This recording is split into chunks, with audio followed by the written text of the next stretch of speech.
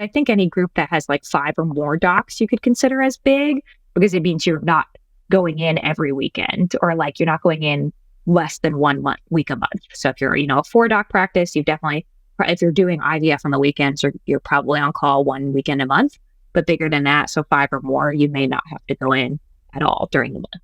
This episode was brought to you by Prelude Fertility, where top REI physicians find their calling. Practice anywhere with Prelude. The Prelude Network is the fastest growing network of fertility clinics in North America. With more than 90-plus locations, we're ready to support you and your individual career aspirations wherever they lead. To learn more, please visit rei.preludefertility.com. That's rei.preludefertility.com. Today's advertiser helped make the production and delivery of this episode possible for free to you. But the themes expressed by the guests do not necessarily reflect the views of Inside Reproductive Health, nor of the advertiser. The advertiser does not have editorial control over the content of this episode, and the guest's appearance is not an endorsement of the advertiser. Every possible way to see how IVF is done. That's a noble objective for an REI Fellowship, isn't it? In this episode, I interview an REI Fellow that's halfway through her fellowship. Her name is Dr. Sarah Cromack. She's second year at Northwestern. She did her residency at UT Southwestern, medical school back home at Emory in Atlanta, and now she's thinking about what the future of the field looks like and what her future career looks like. Dr. Cromack shares the 2 objectives that she had for her REI Fellowship that maybe every REI should have. She talks about 5 of her criteria for choosing an REI practice. She's interviewing now what's important to her. Why does she prefer a bigger practice over a smaller practice? How do her interests align with the privatemic model? She didn't use those words, but it was something that I inferred. I'm curious if you infer the same. Where does she stand on the fellowship length debate? 3 years versus 2? And what does she want the field to look like in the next 20 years? If you're recruiting fertility doctors right now, I invite you to be a bug on the wall in this conversation and get to know what people in Dr. Cromack's position are looking for as they interview for jobs. Enjoy this conversation with Dr. Sarah Cromack. Dr. Cromack, Sarah, welcome to the Inside Reproductive Health podcast. Thanks so much, Griffin. Happy to be here. I didn't even ask you in our prep. Is Cromack how I pronounce your last name? It is, yes. I did just change my name from a much more complex Capilouto, which was my name before I got married. But Cromack was... How do you practice? How do I practice? Do you practice as Dr. Cromack or as Dr. Capilouto? I changed my name and went for Dr. Cromack. It was a bold move to change in the middle of fellowship, but I went for it. Well, welcome onto the program. I look forward to talking to you about what you want to get out of your fellowship, your second year fellow at Northwestern. And so I want to start broadly. It kind of has surprised me how popular some of the fellows episodes have been, not just with fellows and aspiring fellows, but some of the docs that are closer to retirement or maybe halfway through their career. Sometimes it's because they want to grumble at what the fellows think is an ideal picture of what they're going to do with their career.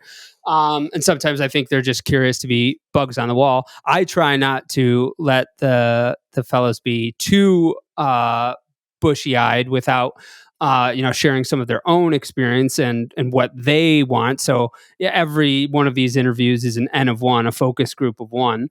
But this, I do think it's interesting just to see what people are paying attention to. And you were connected to me through our mutual friend and your colleague, Dr. Eve Feinberg, and she had a lot of good things to say about you. So you're doing something right in the very beginning of your career, and I'm interested in what you're paying attention to. So what are you trying to get out of your fellowship?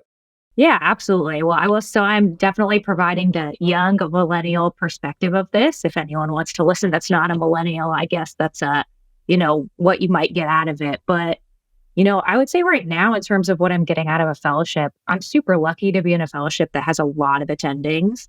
We have 12 faculty right now. So one of the biggest things I'm doing is just trying to figure out like every different way you might possibly do IVF and go and see a patient. So that's a nice thing about being in a fellowship where you have lots of different opinions, is you can see so many different ways to do something.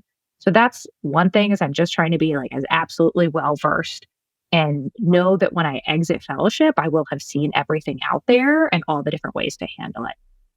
I think another thing I'm trying to get out of fellowship is really trying to discover what my niche is. REI is a very, it's a small field. It's a small, small subset of what a general OBGYN does, but it has so many different aspects to it. I mean, it's actually almost crazy. You could focus on oncofertility. You could focus on third party reproduction. You could focus on recurrent pregnancy loss. And so I think that's one of the nice things about my fellowship is seeing what really interests me and what can I say, oh, I think that's going to be my niche in the future. And those patients that I actively seek out and try and make as part of my population. So when you say you want to see every possible way of doing IVF, what does that mean with PGTA, without, with ICSI, without? Tell me, what does that mean, every possible way to do IVF? Absolutely. I mean, there are so many different protocols you can use, not just that, but how you actually follow someone throughout the stimulation cycle, how you increase their gonadotropins, whether you start with high dose, whether you start with low dose. What level do you trigger at? Do you trigger when they have 2 follicles over 18? Are you someone that pushes further? You're looking for follicles 19, 20 millimeters. Are you always doing a mini stim? Are you always doing antagonists? So we have so many different doctors and they make decisions for each other. So because of how big the practice is, not everybody is making that decision every single time on their patient, although we all are. They're always following their own patients, but you'll kind of see how different docs might do a different thing in IVF. And who's more likely to do ICSI all the time? Who's almost always going to have their patients do genetic testing, or who's going to really convince people to not do genetic testing? And so it's crazy to me that there's just so many different ways that you could do it. And really, it's just all about making sure you're on the same page with your patient. So how do you know what you don't know in terms of the different ways that you can do it? To your point, there might be a certain number of protocols out there, but there's all different types of ways of doing patient intake. There's different ways that people might structure the lead up to IVF differently, and what they do in the case of a failed cycle, or what they do subsequently. So there's all these different ways. And how many docs are at Northwestern? We have 12. Okay, so that's a ton. So you might be able to cover your bases with 12 docs, but they are in one place, and there's an infinite ways of doing things potentially. How do you know what you don't know? How do you get experience if what you really want is to see every possible way of doing IVF beyond just what's available in your program? Absolutely. I think there's really 2 ways you can do it. There are so many REIs and IVF docs that are now on social media, and a lot of them are using it as like an education platform. So I know there's a doc at a WashU that has these awesome whiteboard videos where he is showing you the different protocols, what he typically does, walking you through someone's stimulation cycle. And so you can look out there and see what other people like on social media are kind of professing as the thing they do for their patients. And you can also, go to conferences, stay on top of research. I monthly, I make sure I get that FNS email that sends me like, what is the latest update? And it's always nice. You can look and say, oh, this group from like California, this is what they have been studying and looking at for IVF or FET protocols. So staying on top of research, it's nice. And I like getting those push notifications either through email or on Twitter too, following FNS. And you can really see what's out there and what people are doing. This conversation will probably come out in spring or winter of 24. You and I are recording the conversation in December of 2023, which puts you about a year and a half into your fellowship, right? You're about halfway through. Yep. So you got it. What have you started to form like really strong opinions on certain things? Because I'm not a clinician at all. I'm not qualified to read the scientific literature. I just observe human beings, and I see different docs who I presume are each very qualified to read the scientific literature, sometimes have very different opinions. You have very different opinions on how prevalent ICSI should be used. You have differing opinions on the significance of aneuploidy and the use of PGTA. And I hear people debate this, and it's like, okay, you've both read a lot, and you've both argued this for quite a bit for years. And it seems to me like at some point people feel like they're convinced by a certain body of evidence. And then it's really hard then they would need a lot more evidence on the other side to make them think differently. Have you started to find yourself in a couple of areas where it's like, now I feel strongly about X and I didn't coming into fellowship? I will say I feel like I'm still pretty open about most things. You're totally right. People will debate things until the end of time, especially in a lot of REI topics. That's why they have that like fertile battle in the Fertility and Sterility Journal, because it's just showing there are so many things that are good ground for discussion. I think so many people get really entrenched in ideas about, like you said, whether or not you're going to do ICSI all the time, whether or not you're going to always do genetic testing. I think I'm super lucky to practice in a state like Illinois, where there's an insurance mandate. So we don't always have to include monetary considerations into treatment. But right now, thankfully, I'm very open. I really think just to doing what is best for the patient, giving them my opinion on the matter and letting them decide, thankfully without a monetary constraint for the most part here. But I would say I've read enough literature to support both sides on most of these topics that I have not decided what my final opinion will be. And I'm okay with that. I think it's nice to be able to see both sides and offer patients either, as long as they're both reasonable. How about protocols? Are there certain protocols that you are starting to find yourself feeling very strongly about? Yeah, I mean, I think most of the people in the world of REI these days are probably going to be most strong about the antagonist protocol because it's easy for patients. And again, I'm lucky in the state of Illinois that thankfully things like ganirelix and Cetrotide are covered by insurance because they're not cheap. But there's interesting things out there. People starting to use things like Provera, which are really cheap to block ovulation. And so I think as we go along further in this road and we discover more and more medications, hopefully we can kind of drive down the costs. Right now, I really think about most protocols from, what is the easiest for the patient standpoint, because what we're asking them to do in IVF is really hard. And I get a lot of pager phone calls about difficulties drawing up and injecting medicine. So I'm always super cognizant of that. As pioneers in reproductive health care, Prelude Fertility invites you to join an extraordinary mission to transform the way fertility treatments are delivered. What sets the Prelude Network apart? It's the people. We're home to some of the most skilled and compassionate fertility experts in the industry. Prelude fertility doctors have been recognized with numerous prestigious awards, including Top Doctors, America's Top Obstetricians and Gynecologists, and many others. Our culture is one of collaboration and shared knowledge, where learning from each other is just as important as learning from our experiences. Prelude's facilities are a testament to innovation, equipped with the most advanced tools in reproductive science. This means you, as a fertility specialist, will have everything you need to provide care that's not just effective, but transformative for the fertility field. Let's talk about growth. The Prelude Network is the fastest growing fertility network in North America, with over 90 locations. This growth isn't just about numbers. It's about providing you with the flexibility and security to build a career that aligns with both your professional and personal aspirations. The impact you'll have at Prelude is profound.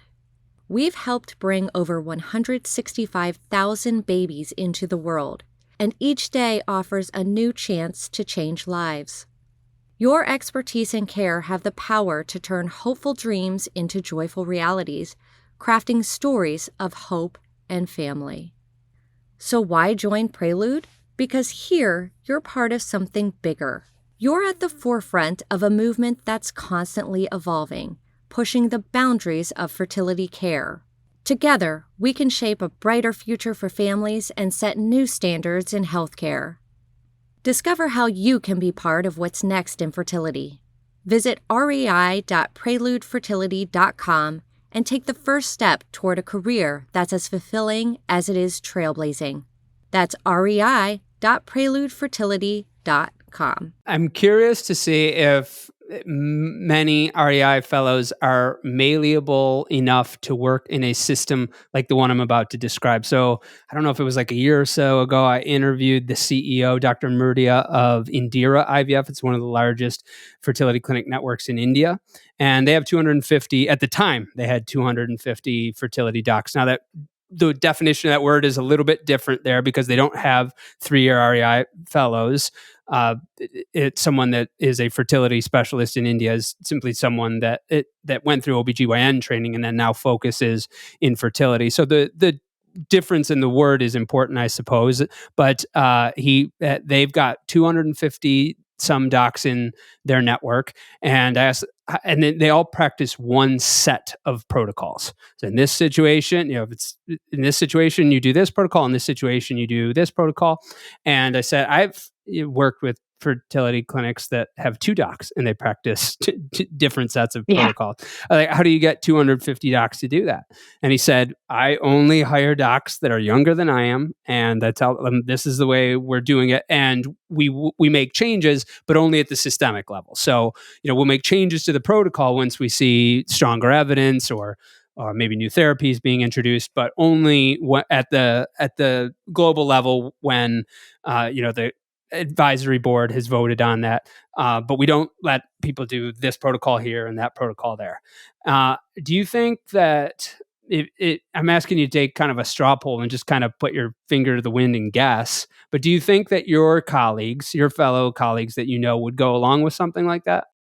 I would guess that about 90% of them would not be cool with that. If I think this is the individualism of the doc here and making our own decisions is probably something very important to all of us that has been, training now for this extra 3 years and 4 years of residency and all of the time before that.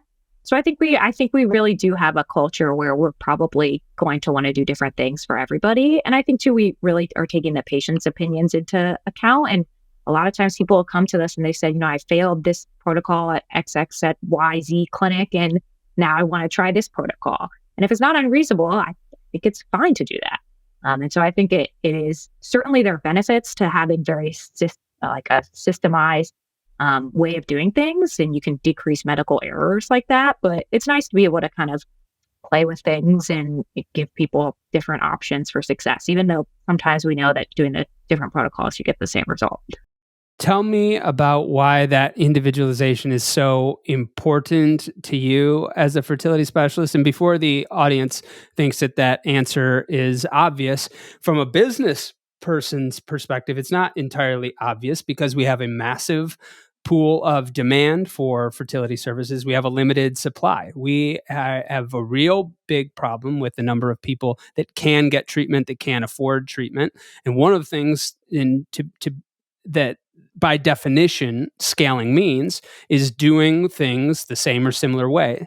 And so tell me why that individualization is so important to you as a specialist. Yeah, no, I totally understand. There's obviously a dire need for more REI doctors and people practicing in this country. And if we can protocolize it to make it easier so that people that are not necessarily REI docs, but are OBGYNs or other can apply these protocols to basic patients, then we can really improve access.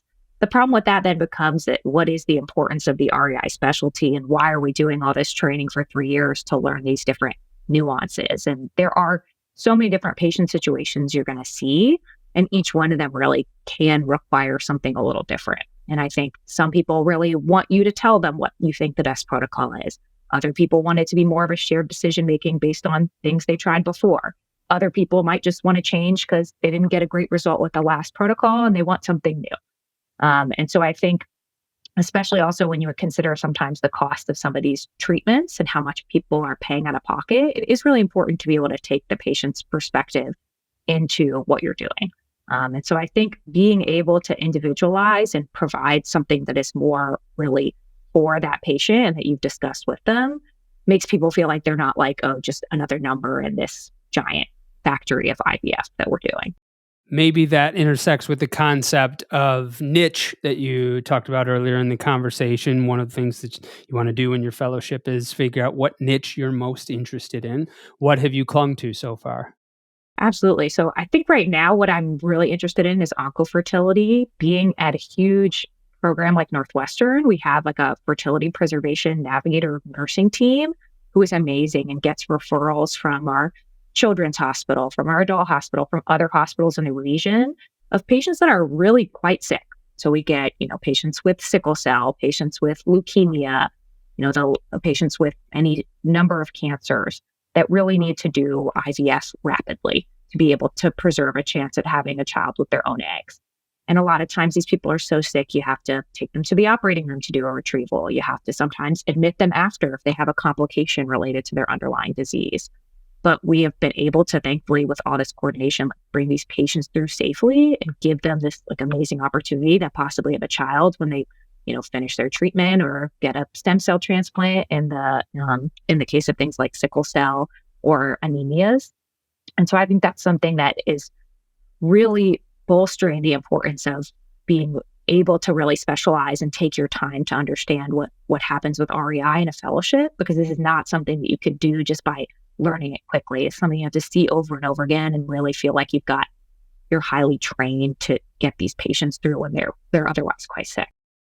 These two objectives that you laid out, finding your niche and then seeing every possible way of doing IVF, do you feel like both of these objectives were laid out for you in well-established tracks, or did you have to do some veering off of an established track in order to be able to achieve those objectives? Absolutely. So definitely the seeing every different way to do it was right in front of me with the ability of having so many different IVF docs. And, we're on every third week on call. And so we get to make decisions, run through different IVF protocols with all of our different docs because they rotate call. So that one was, that one's easy. We really are able to kind of learn on the job, which is awesome. Finding a niche, I would say, is something a little bit more, I kind of went out and searched for it based on what a lot of my attendings were doing and kind of following and shadowing in their clinics, see what I thought was the most interesting. And so that one, you certainly have to kind of parcel out what you think is the most interesting and hopefully get a good mentorship from that, which I've definitely been able to do in my fellowship. Is there any other type of track or any other type of objective that you feel you don't really see fellowships necessarily offering that the fellow has to take up upon themselves? Good question. I mean, I think obviously the world of REI is changing with all of these larger corporations taking over sometimes smaller clinics. We're getting huge venture capital or private equity firms that are now involved. And so one thing I think I have to kind of explore myself is just what the world looks like after fellowship in terms of the business of REI. Certainly we learn a lot of the clinical aspects caring for patients, but we may not learn as much like how to run a practice, how to, work along with colleagues in these different business models, whether you're private practice, solo, or going out and joining kind of a bigger conglomerate. And so I think, certainly it is something where you have to explore it yourself to see what the different models are out there, because that's not something you might learn in these kind of academic programs that most of us are in. What does the world look like for you after REI Fellowship? Are you still on the dance floor, or have you signed with someone yet? No, yeah, I'm still looking for a job right now. So I'm kind of in the midst of my job search. But certainly that job search has gotten earlier and earlier, which is something interesting. And actually, we're doing a research study on that right now to see kind of the trend of REI fellows in the last 10 years. What kind of groups are they joining? Are they going more academic? Are we seeing more people go into these larger private practice mega groups? And so I'm still searching out there. Hopefully, I'll find out a place close to my family. But it's interesting, the job market, and I think maybe people are getting into it really early without realizing all the different things that are out there. How are you prioritizing your job search? What's in your criteria? Great question. So, I think when you exit fellowship, it's kind of the first time in your life where you say, oh, this is maybe the place where I'm not going to move for a while. You jump from college to med school to residency. And I'm from the South. I'm from Atlanta originally. I was there for med school, but I was in Nashville for college. I was in Dallas for residency. Now I'm up in Chicago. So it's really the first time where the power is in your hands. And so that's strange. So I think there are lots of different priorities. For me, one of them, I would love to be back closer to my family, which is in the South, which is something that it's nice to be able to finally prioritize that. Sometimes you don't have that luxury in the match system with residency and fellowship. You can certainly hope and do your best, but now you can really kind of put your own priorities there. So I think that's important to me. But then, of course, other things are going to be, the culture of the practice that I'm joining. I'd love to join a bigger group practice. I think you kind of have to decide, do you want to be in a place with a lot of MDs, with fewer MDs? Do you want to be in a place that's, physician run, that possibly has venture capital or private equity backing? Do you want to be in a place where you're interacting with residents and fellows. That's my hope. And so there's so many different things that are involved in this job search. And I think we're also seeing less and less people stay in that one job their whole life. Like my parents are both physicians and they've had the same career as physicians for the last 25 years. So I think we are starting to see a little bit more of people bounce around from job to job. Yeah, that's been true in the workforce at large for probably 30 or 40 years. But it was probably less so in the medical profession during that time period. It was still probably the case, and especially among providers, that folks stuck around for at their hospital or their practice for a while, especially if it was their practice. Mhm. But now we see partners leave. We see partners get bought out and then start up something new. We see people go be associates someplace and then not get on a partnership track there and then go get on partnership track elsewhere, be employed elsewhere. So I hadn't thought about that trend before, but I think it's generally expected here now, at least, hopefully not like the rest of the job market where you see a lot of resumes. It's like 8 months here, 3 months here. We can't have that for providers. But Yeah. if you go a couple different places over the course of your career, I think we're all okay with that. You mentioned that you mentioned a couple different criteria. The first time, the power is in your hands to choose the geo, and I never really, before being married to a physician and going through this process and then becoming friends with so many of your colleagues, I never had really considered this. Part of the reason why I started my company 12 years ago is because I was like, I want to live wherever I want. And that is just simply not the Yeah. case if you're a physician in nice. training. Yeah. And so now for the first time, you have this.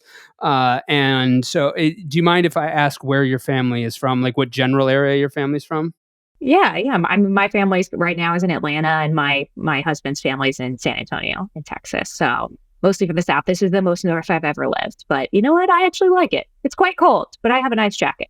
Well, Chicago's an amazing city. If it had the weather of a further south city, it would have a population of 40 million people. It would be the largest Yeah. city in the world. No doubt. The winter's the only thing keeping things under wraps there. The reason I ask is Atlanta's a pretty large city, and it's a very large city. It's probably top 10 metro, and it has a good number of fertility docs. I don't know relative to population, but would you ever consider a small market, or it's probably just going to be Atlanta or Texas? It's a great question. I think there's definitely benefits to being in a small market. For example, like you could go outside the city of Atlanta, you could go to Chattanooga, or you could go to Birmingham, much smaller markets. That's nice because you do have a little bit more control and you have less competition in your surrounding area. So you may be that REI doc for, you or 5 other people might be the only REI docs in the area. So I think I definitely would consider like possibly smaller markets, but I do think, in medicine in general, so many people are closer to the big city just because that is, the urban space where a lot of us want to live. But there is definitely a dearth of REI providers. For example, in Georgia, I can't imagine there's many outside of Atlanta or Augusta. There's a lot of other cities there. So I think it's nice that as we get big groups like, the US Fertilities and Boston IVFs, we're able to expand and make satellites to reach those people in those more rural areas, or, not even rural, just not the main city. So you're open to a smaller market? Definitely. I think so. I mean, I think I don't think I'd want to be the only REI doc somewhere. And I think it's hard. I think we are losing. I don't think there's a lot of solo REI practitioners anymore as we see kind of these changes in the market. But there is something nice about being, that person in that area. Be like a Delta flight back to Atlanta or whoever San Antonio's main flight, just something like that, just close enough. Close enough. I'm always, I love getting in my car. I know it's not normal for people. People in Chicago don't really have cars, but I like to drive. Small markets on the table. That brings us to practice size, because you said you'd prefer to go to a big group practice. And as you mentioned, that there are far less single doc groups than there used to be, at least as a percentage of the total number of practices. What do you like about, first, how do you define big group? How many docs is that? And what draws you to it? Yeah, I think there's certainly not like an actual definition, but I think any group that has like 5 or more docs you could consider as big, because it means you're not going in every weekend, or like you're not going in less than 1 week a month. So if you're, a 4 doc practice, you definitely, if you're doing IVF on the weekends, you're probably on call 1 weekend a month. But bigger than that, so 5 or more, you may not have to go in at all during the month. And so certainly that's one of the nice things about that is, as residents and fellows, we're used to working every weekend, every other weekend, maybe every third weekend in fellowship, but going to a place where it's like, hey, I actually can like have weekends off like my husband has for the last 7 years. That sounds nice. Mm-hmm. And you do get to share a little bit more of those responsibilities. So when you have a bigger group practice, if you're not able to do something, you're out of town, you do have that capability of having multiple partners that can help you. And again, you learn different ways to do things. You can offer different things to different people, and people may have their niche. So you may have your partner that's really great reproductive surgeon that you can send someone to, as opposed to in a smaller group, you may have to send them out to a minimally invasive surgeon or someone else. So I think those are kind of some of the nice things about being in these larger practices. If you had to prioritize those two different advantages that bigger groups have, let's say 5 or more docs, it being that you have other people to help you cover your patient load, and there's some collaboration there, versus you could go much bigger than that and have, and then you start to get all types of different resources and different types of docs to collaborate with. If you had to prioritize those two advantages, how would you prioritize them? I think it's a balance. As you start getting more and more docs, eventually, some people might butt heads the more people you have. So I think there's a happy medium. I think I would prioritize having, docs that you feel like can cover for you when you're gone, that will, take care of patients like you would hopefully want them to, versus being in such a big practice that some of the docs may not know exactly how you would want to, proceed with some IVF treatment or some FET protocol. I think that happens at 5 docs. I think that happens somewhere probably around like 4 docs. And I still can't remember where we saw this, but it was at an SREI retreat. I wish I could remember the statistic and where it came from, but it was about patient engagement, patient satisfaction, I think measured by number of patient complaints, and there was a J curve. So it was lower when you had like a single 1 or 2 doc. I don't think it was by doc, actually. I do think it was by volume, either patient volume or cycle volume. But on the smaller end, the smallest end of the practice is you had fewer complaints, and they got more as you got more docs until you got to a bigger practice, which I suspect has something to do with process. But I was more interested in your preference there of a big group practice. You also said that you want to have some type of involvement with fellows and residents. What type of involvement does that look like? Yeah, I think, not every academic practice or not every private practice won't be involved with, fellows or residents. So you've got lots of different universities that don't have a fellowship, but still interacts with residents. So I think being able, interacting with residents to me means having residents that rotate with me, that sit in with me on visits, that watch me do IVF, because there are a lot of basics I think that every doc needs to know. A lot of my friends that went into generalist practices are doing ovulation induction for their patients. Sometimes they're doing follicle monitoring. So not a lot of them are doing IUIs, but it's not unheard of to have labs that are not REIs doing that. And so I think there's, at least right now, a lot of my colleagues say they're just learning it from their other partners, but not actually from REIs. So I think we really need to improve our resident education of the basics of REI, not only so people know when to send them to us, also so they know what tests they can order before they send someone to us to decrease that wait time, and so that they themselves can practice, if they want to practice ovulation induction in like a safe manner. So I think being involved with residents for sure is something I hope to do, whether I'm in private practice or not. So it doesn't necessarily have to be a faculty position. If you want like residents rotating in with you, like lecturing at the local OBGYN program. Tell me a little bit more about that. Yeah, I think ideally that you'll find that job in a faculty environment, but I do think there are so many training programs out there that don't have access to REI.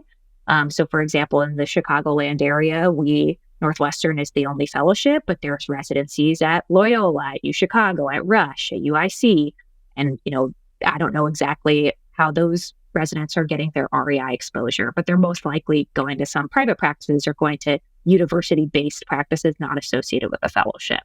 So there are lots of different avenues. And I think even if I was in a private practice, trying to make connections with residency groups in the area to have them come and shadow and to have them get that exposure opportunity would be something I hope to do. And I hope lots of people do, because there are a lot of residents out there that need exposure to this field. We're covering an article about the length of REI Fellowship and either side of the debate there. And that article might come out before this podcast episode. So maybe some of the audience will have already read it. But it seems to me that there's a little bit of a divide. A lot of people calling for fellowship to be shortened to 2 years. Some people, like SREI and ASRM, saying they're not recommending the fellowship to be shortened. You are a year and a half in right now. Where do you stand? I definitely stand on the 3-year camp. I mean, I think having that full time for a full year to dedicate to research is very valuable to an REI fellow, even if you don't want to go into research. So I'm doing clinical research, not lab-based. And I think more fellowships need to offer that to kind of ensure that everyone can get something that they are interested in that year of research time. But, the ACGME has restructured fellowship. So now it's supposed to be 18 months purely clinical, 1 year of research, and 6 months elective. So I think that was probably a good change. But I don't think that switch to 2 years will accomplish what everyone wants. What everyone, I think, wants from that is to improve the number of graduating REI fellows. The only way we're going to do that is by increasing the number of spots. So if we go down to 2 years, if you can add a second fellowship spot, that's great. Then you've maybe increased that number complement of REI fellows we have. But right now, I don't necessarily think that decreasing to 2 years will also give us that additional spot, because a lot of this is, the ability to pay for and maintain that second fellow. And not every group is busy enough to do that either. So I think we really have to expand the number of fellowship spots we have, and also expand the number of fellowships if we can. And that's how we're going to really accomplish what we need to accomplish to get more REIs out there.